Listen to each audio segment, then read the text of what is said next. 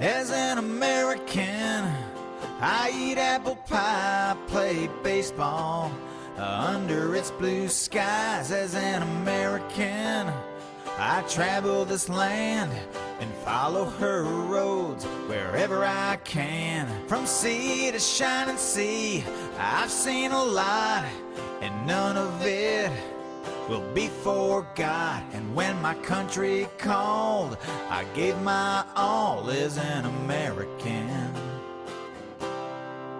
I was born into freedom in a wonderful land of mountains and plains, rivers and lakes. Forever American is what I am. A past as rich as any can be. My father's worked hard to give this to me. I love this place I come from. To live another way I cannot foresee. As an American, I eat apple pie, play baseball under its blue skies. As an American, I travel this land and follow her roads wherever I can. From sea to shining sea, I've seen a lot, and none of it will be forgot. And when my country called, I gave my all as an American.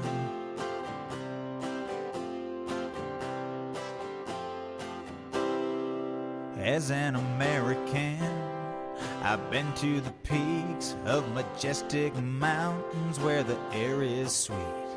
I've watched the eagle as it soars in beautiful skies that just can't be ignored.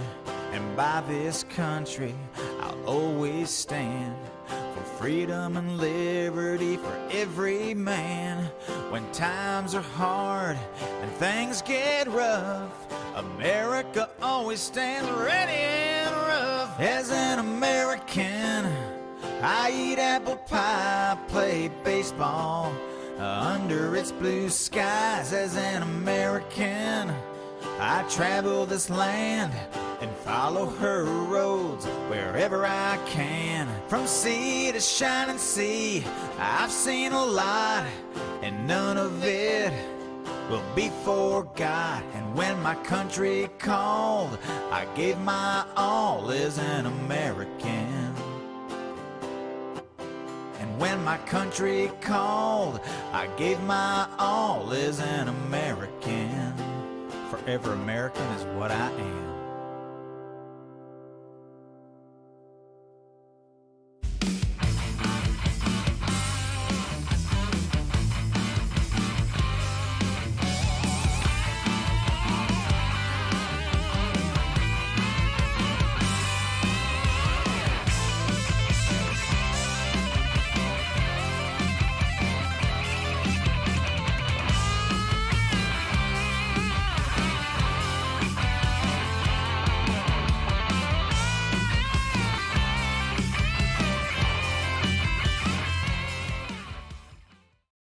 Well, hello, welcome to Real News Live. How you guys doing tonight? Hopefully everyone having a great night out there. Richard, Pam, Debbie Rogers, Nana, Karen, Paulette, Pam, Minnie. How you guys all doing tonight? Please hit that share button to get this out there as far as possible so we get as many people as possible in the stream. As we know, Facebook does not like us, so hit that share button as much as possible. Get people in here. Definitely appreciate it. People need to know what's going on. Let's talk about the first thing that's going on. McCarthy going to be meeting with the president of Taiwan, or let's say just the president of Taiwan's president in California this Wednesday. Ridiculous, absolutely ridiculous that this is happening. The House Speaker, Kevin McCarthy, is poised to meet with Taiwan's president. A historical event that comes amidst warnings from China. And we know what's happening. We know that China's now gathering ships and everything around Taiwan. And of course, this could lead to a direct conflict. And conflicts are among us in abundance, let's be honest right now. Every time we turn around, there's more things happening. But of course, for the House Speaker to sit with a meeting acknowledging him or acknowledging that he is the president of Taiwan obviously makes it look like Taiwan's its independent country. I mean, watching this happen, it's just ridiculous. And we see this happen day in and day out, just more ridiculousness. The meeting has been long anticipated and is all guaranteed to rattle the tensions between the relationship between us and China, which has become even more fraught after Chinese spy balloons flew over North America. You know, we had to shoot them down with U.S. fighter jets in February. I mean, he's visiting Central America, but of course, on his way there, he's going to stop over in the U.S. And China has pledged to resolutely fight back should a meeting between McCarthy and the president of Taiwan commence. I mean, the Communist Party, China, has ruled that the self-governing island is a democracy is actually part of its territory, which it has been under the One China policy, which the U.S. acknowledges the position that Taiwan is part of China, but has never officially recognized Beijing's claim to the island. Chinese leadership refused to rule out the use of military force to bring the island under Beijing's control. I mean, watching this happen is literally getting pissy. Yeah. This is even worse, though. This is directly meeting and saying that he is the president of Taiwan. The White House declined to say whether it supports the planned meeting between McCarthy and the Taiwanese president. That's what the White House said, the Taiwanese president, meaning it's its own country. That alone has rattled China today. I mean, referring to the speaker in Taiwan's office for any details on the potential meeting is what the press secretary,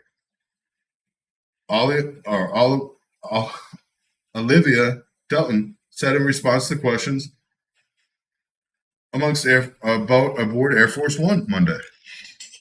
I mean, this is crazy. This is absolutely crazy. Yeah, we have strong ties, and we want to stand together in solidarity with the democracy in Taiwan.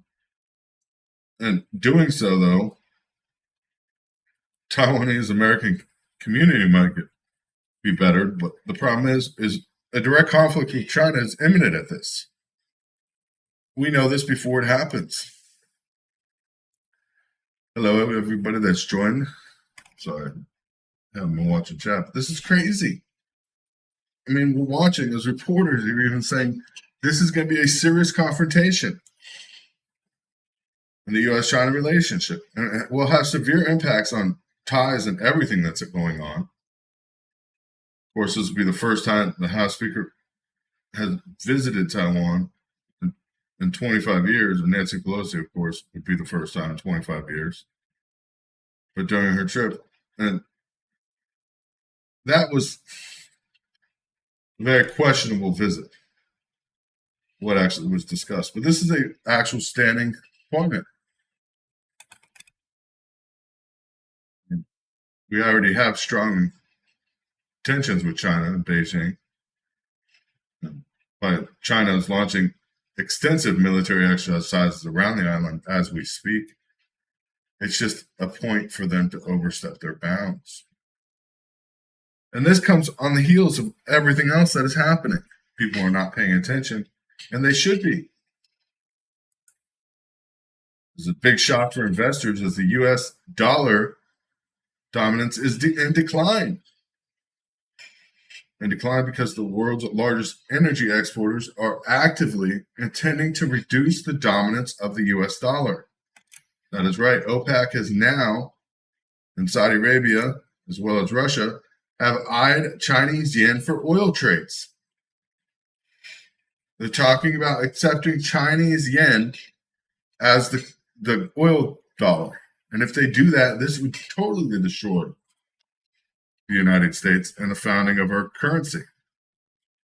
I mean, watching what's happening, one of the world's largest independent financial advisors and asset managers warn that the group say the shift on how global oil trade is carried out will have far-reaching consequences for the economy and therefore investors around the world.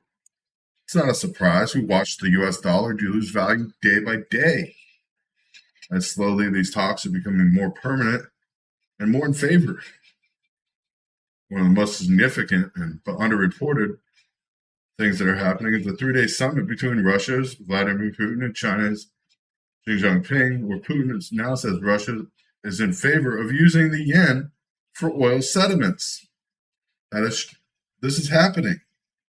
I mean, this suggestion that the world's second largest economy, the world's largest energy exporters, are actively intending to reduce the dominance of the U.S. dollar as a bedrock of international financial systems. I mean, separately, 2 deals announced Monday and Sunday would see Saudi Arabia supplying 2 Chinese companies with a combined almost a million barrels a day of crude oil, bolstering the rank of Chinese to the top provider of commodities. This is crazy. Saudi Arabia in talks with Beijing to settle in yen instead of the dollar after Russia's already decided that. And it's apparent U.S. rivals, led by China, are forming a new major economic bloc. Saudi Arabia, the home of the massive oil reserves, which are estimated the largest in the world, does move to the yen. That would lead to an enormous shift in global economic systems, meaning our dollar would lose value drastically and quickly, not the slow percentages we're losing week to week right now that are adding up. And all this, of course, is happening when oil, one of the most widely traded commodities in the world, and of course, Saudi Arabia and Russia have agreed to slow the tap as producers cut to boost gasoline prices. It'll help Russia. That's not a question. Major oil-producing countries, led by Saudi Arabia and the OPEC, said they are cutting supplies again. This time decision was a surprise, as underlying worry about the global economy might be heading. I mean, we've seen price jumps already up to 5% just today after this announcement. Russia, of course, joining the extending its own cuts for the rest of the year.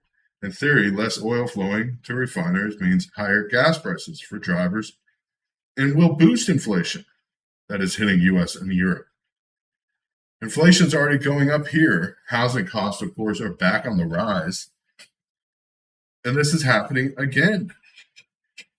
And of course, Russia is weathering the sanctions because of this happening and allowing them to invade Ukraine at the expense of the U.S. I mean, the decision by oil producers, many of them in OPEC, oil cartel, to cut production by more than 1 million barrels a day comes after prices for the international benchmark crude slump amidst slowing global demand that needs less fuel for travel and industry. It added to they cut 2 million barrels a day. An announcement in October, of course. The 2 cuts are about 3% of the world's oil supply. This is crazy. Oil producers are cutting back, and Saudi Arabia, of course, on Sunday said its move is precautionary to avoid a deeper slide in oil prices. We know this isn't true. They've been in talks with China and Russia, and they're talking about going to the Chinese yen as the oil reserve currency. If that becomes the oil reserve currency, like I was talking about the global reserve currency, will default become Chinese yen. Of course, pushing oil prices further up. I mean, analysts are warning already $100 per barrel is not a question this summer. We could be seeing as much as $180, $170 to $180 a barrel this summer. It's crazy. Oil prices are expected to surge at least 8% the next couple of days. This is crazy. We went from $79 a barrel to $83.95 today alone. Instantly, amongst the opening of the market. And watching this, I mean, the barrels being cut are serious. As now Iran and Saudi Arabia are partnerships, and now Kuwait, Oman, Algeria, and Kazakhstan are all on board. I mean, we're watching this happen day in and day out. It's sad watching what's happening. There's no way to avoid a recession at this point. And the economy, if we do avoid a recession, could lead for a nightmare for our country. Avoiding a recession would mean that most likely we would never get inflation under control.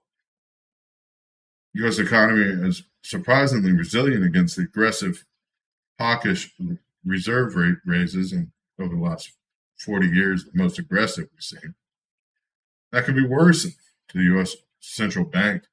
Fresh economic data released for the first 2 months of 2023 suggests starting to suggest that the demand for inflation might not slow as much as previously thought, including Chairman Jerome Powell, are now warning rates are likely going to raise even higher than previously expected and stay there for longer, meaning that U.S. debt will be taking up more of the budget. No, the oil reserves have not been filled. But watching, of course, the data on employment, we know manufactured jobs are out there, fake jobs on job listings, but pointing to them and consumer spending, but manufacturing and production and inflation have softened somewhat in the last couple of months, but now are growing again drastically. I mean, while joblessness looked to slump to its lowest point to 3.4%, that's the people on unemployment. Those are not the people actually out of work. Of course, having this robust businesses saying they're hiring, continue to hire at robust paces in February, even though those jobs that are out there aren't actually available. They're not. We've done research on it ourselves and came up with almost 62% of jobs available in the market right now are not actually looking, those employers are not actually looking to hire. So that means you have a huge job market of, say, 100 and something thousand jobs supposedly added to the market this month, but really only 65,000 of them are real at the most. And that's a drastic problem for what we're facing. I mean, for people to not have jobs and economies going up at an alarming rate, now businesses trying to cut hours and cut employees, even McDonald's having to close its corporate offices today. McDonald's having to close its corporate offices today and expected to lay off a large percentage of its corporate staff. I mean, watching this is crazy. Gold is up, silver is up, rare metals are going up because obviously people are knowing what's happening in the economy. Higher rates, more economic pain for, of course, the poorest of America, or people making under 150,000. We'll be pushing those people to paycheck situations. I mean, we're going to see this easily. Fed's rate, of course, at 4.5% points right now, is going to keep going up. And of course, if that keeps rising, the U.S. national debt will have to increase. It's not a question. Debt ceiling will have to be raised. Right now, we can't even pay the interest on the loans we have against our country. 4.5% is what the government is having to pay on the $32 trillion that we have borrowed, which is crazy.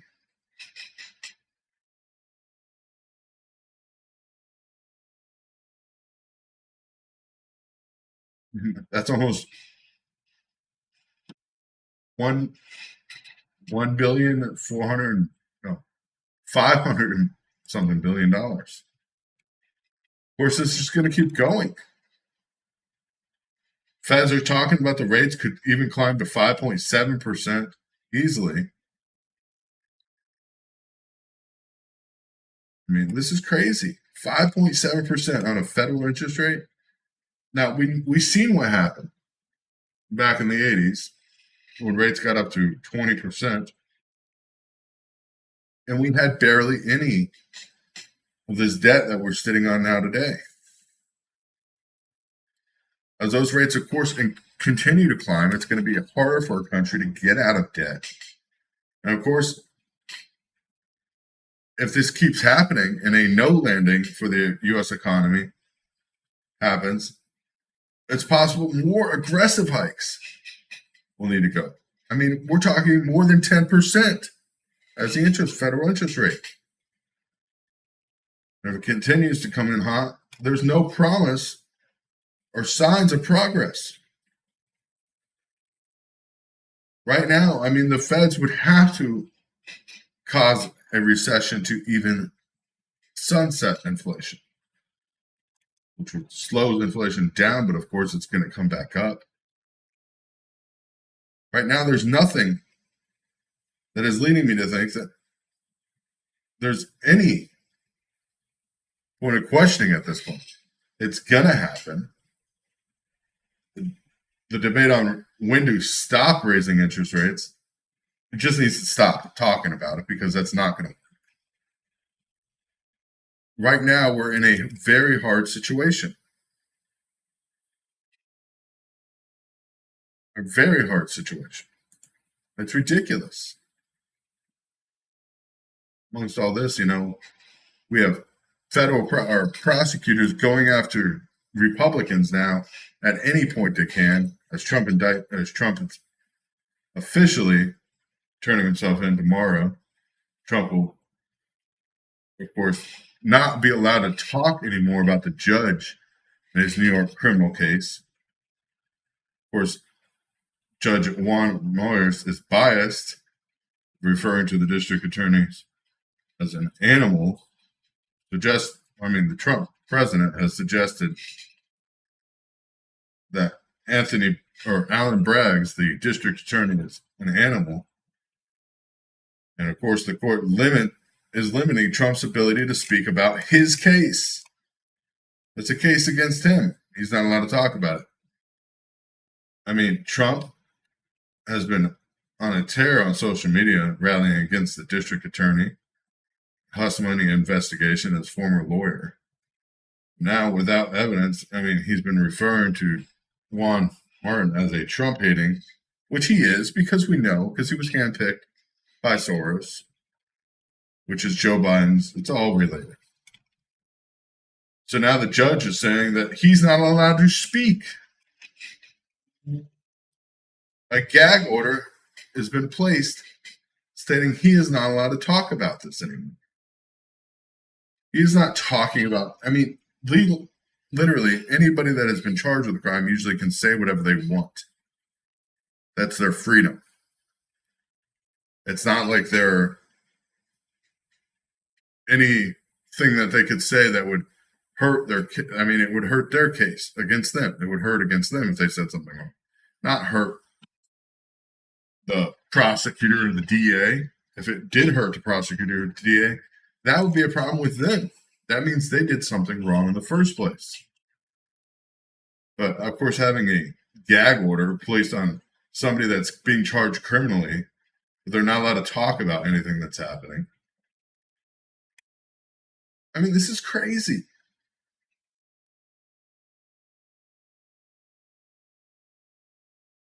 We're expecting the gag order, of course, to be issued tomorrow morning at the arraignment.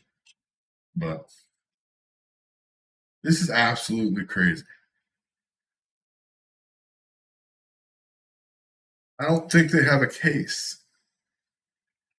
Legitimately, I don't think they have a case for what they're trying to charge him for.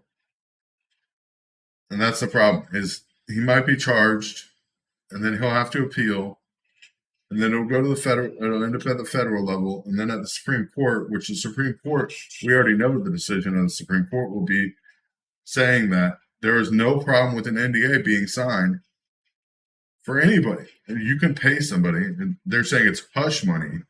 Well, any NDA is hush money. Let's be honest.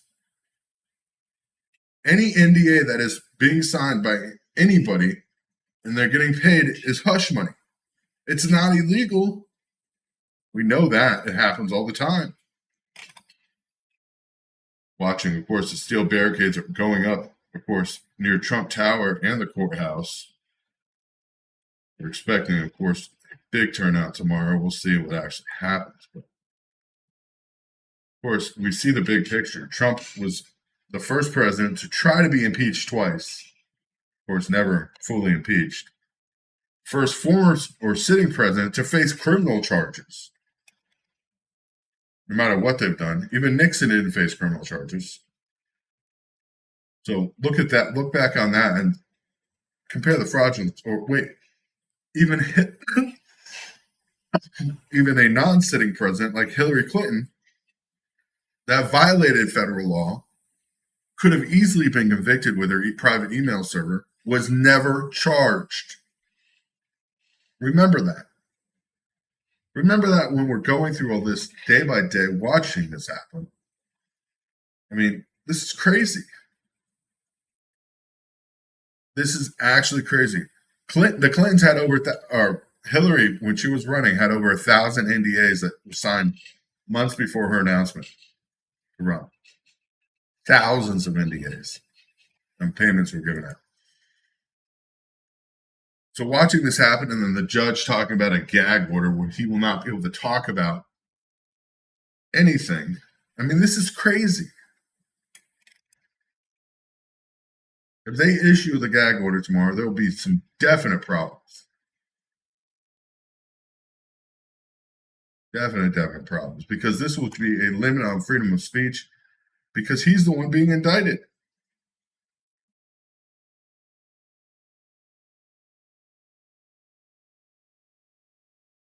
It's ridiculous. It's absolutely ridiculous. I mean, now even reports are coming out from like Bloomberg stating that a recession might even not even tame the inflation at this point, which we know that sunset be a temporary fix. It's crazy world out there, you guys. It is crazy and only getting crazier. Yeah, Russia,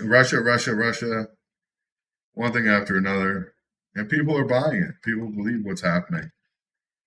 That's a problem.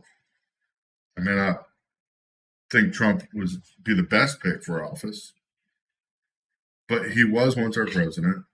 He did his job. He's running again, and Biden is definitely 100 times worse than any of the other presidents.